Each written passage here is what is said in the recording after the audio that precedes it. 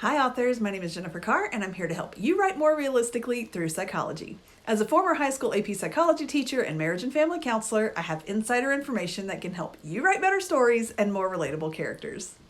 We've all been the victim of hurt in some form or fashion. For some of us, that hurt runs much deeper than others, whether it's because of the type of action that inflicted the pain or because of who the person was that hurt us. Even if the inflicted pain is physical, those wounds may heal, but there can still be emotional scarring that lingers.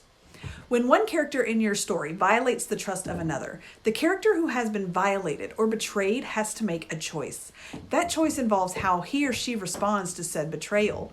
There is the choice to hold on to any anger, hurt, or resentment, or there is the choice to forgive. But what does forgiveness even mean? Honestly, it means something different to every person. In order to best flesh out how your character would define forgiveness, you have to know your character. Now, before we talk about what forgiveness is, let's first talk about what it is not. True forgiveness is not saying what happened was okay. It's not saying you accept the person who wronged you. If your character has been lied to, cheated on, physically harmed, or something in between, nothing says you can't have an emotionally stable character who works through the hurt rather than dwells on it. It's also feasible that your character's emotional wounds will take time to heal. Now, forgiveness is not sweeping the betrayal under a proverbial rug, but instead it's choosing to accept what happened as it happened, rather than what could or should have happened. It can mean letting go of the hurt and negative feelings that came with the betrayal. Forgiveness can mean you love from a distance. It can mean moving forward rather than being anchored in the past.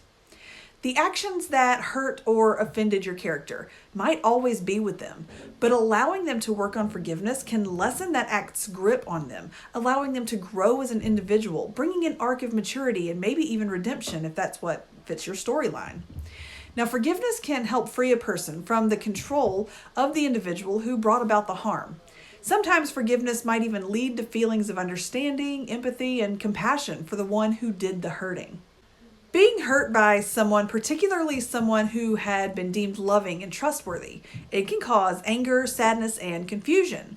And dwelling on hurtful events or situations, grudges filled with resentment and hostility can take root, and this can be an excellent form of motivation for your character. But as is true in real life, allowing negative feelings to crowd out positive feelings, your character might find himself swallowed up by bitterness or a sense of injustice.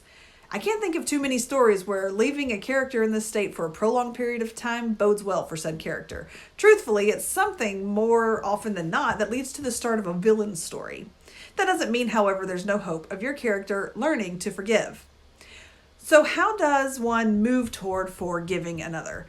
Keep in mind, and this is true for real life, forgiveness requires a commitment to change, a change in beliefs and behaviors. Allow your character to identify exactly what it is that has caused him or her to harbor feelings of anger or resentment. Having them acknowledge their feelings allows them to recognize how these emotions are impacting him or her. Once they've acknowledged and accepted their need to forgive, then they can release the control and power that the betrayer and their actions have had over them. It's important to understand that forgiveness does not require reconciliation. It's a process that allows the victim to find peace and freedom to live in the present without the weight of another person's actions holding them back. Even if the betrayer asks to be forgiven, the victim should never feel obligated to restore any previous relationship he or she may have had with their betrayer in order for forgiveness to be genuine and sincere. In many cases, restoration and reconciliation could do more harm than good to your character, which is something to consider if you're looking for some additional conflict before your resolution. On the flip side of all of this, the mere process of learning how and when to forgive, rather than simply the action and reaction that may or may not lead to forgiveness, can be a motif in and of itself, which might require another dive into the topic of forgiveness at another time.